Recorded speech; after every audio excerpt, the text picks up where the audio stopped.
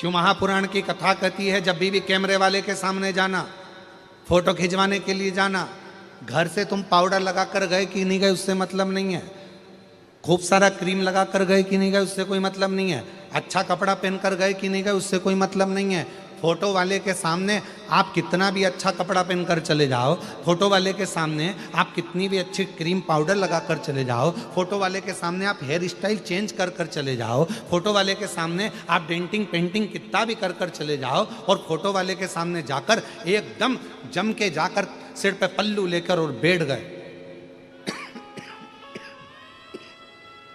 बैठे,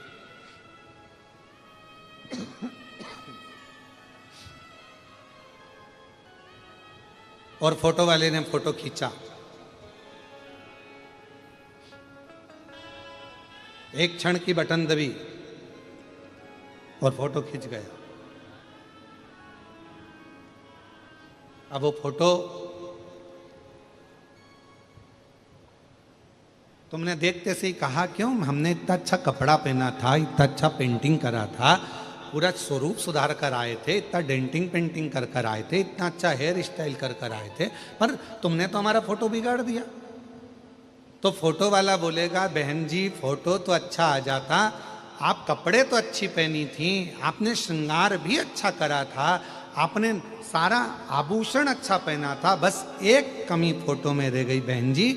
मैंने जब आपसे बोला था मैडम स्माइल प्लीज, उस समय पर आप स्माइल देना भूल गई, इसलिए ये फोटो बिगड़ गया। कपड़े से फोटो अच्छा नहीं आता, सुंदर स्वरूप से फोटो अच्छा नहीं आता, आप कैसी भी हेयर स्टाइल कर लो उससे फोटो अच्छा नहीं आता, आप कैसे कपड़े आभूषण धारण करे हो उससे फोटो अच्छा नहीं आता। शिव महापुराण की कथा कहती है, फोटो को अच्छा लाने के लिए आपके चेहरे पर आप कैसे भी कपड़े पहने हो, कैसी भी हेयर स्टाइल है, कैसा भी चेहरा है, कैसा भी कुछ भी है, पर आपके चेहरे पर अगर स्माइल है तो फोटो अच्छा आकर ही रहता है। उसी तरह अंत समय में तुम्हारा बचपन कैसे भी गया, जवानी कैसी भी गई हो, अधेड़ी कैसी भी गई हो, पर बुढ़ापा जैसे ही आए, और बुढ़ापे में जब मरने का समय आए, अंतिम श्वास चल रही हो, उस समय पर बैकुंठ अधिपति मेरे नारायण कैमरा लेकर खड़े होंगे, तुम्हारे प्राण छूट रहे होंगे, अंतिम श्वास चल रही होगी, और वो परमात्मा भी कहेगा अब बुढ़ापा है, मरने का समय है, थोड़ा सा स्माइल दे ले। स्माइल का मतलब है थोड़ा सा राम कह ले, कृष्ण कह ले, शिव कह ले। अंतिम समय में अगर थोड़ा सा भी भगवान का नाम ले लिया, फोटो सुधर गया।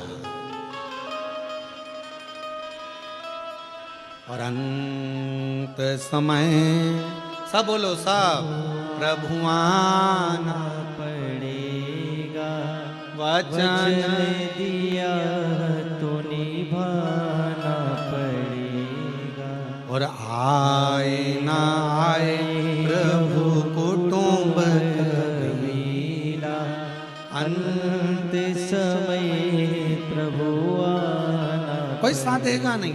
बचपन गया जाने दो, तुमने कपड़ा कैसा भी पहना जाने दो, तुमने श्रृंगार, जवानी आई तुमने श्रृंगार कैसा भी करा जाने दो, अधेड़ी आई तुम कैसे भी जिंदगी जिए चलेगा, पर बुढ़ापा तुम्हारा बिगड़ना नहीं चाहिए। सबसे कठिन है बुढ़ापा, पर बुढ़ापे को संवारने का सबसे सुंदर तरीका है तुम्हारा मौन रहकर भगवान की भक्ति को धारण करना।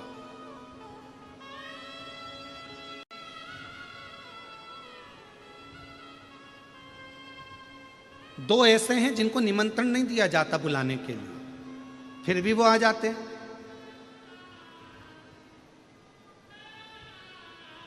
और दुनिया में कोई ऐसा पैदा नहीं हुआ जो इन दो को निमंत्रण देता।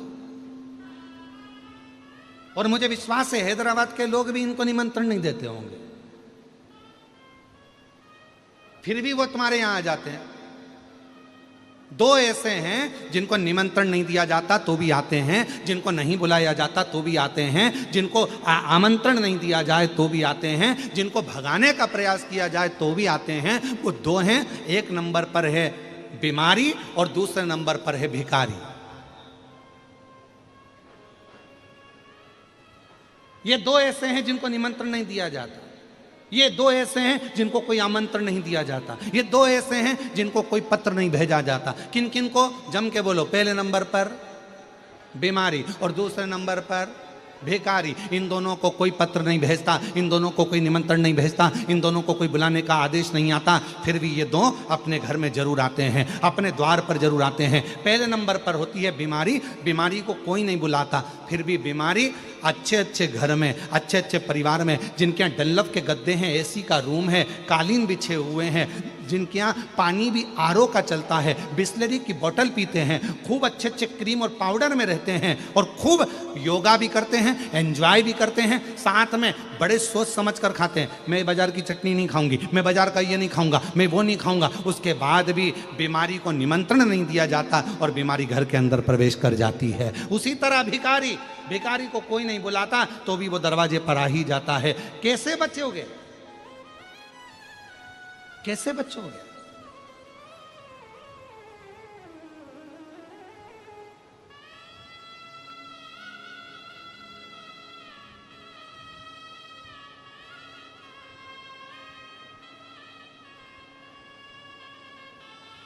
तो कहा दोनों से बचने का एक ही साधन है, दोनों से। अरे मुख में हो राम नाम, राम सेवा हाथ में, तू अकेला नहीं प्यारे राम तेरे साथ में।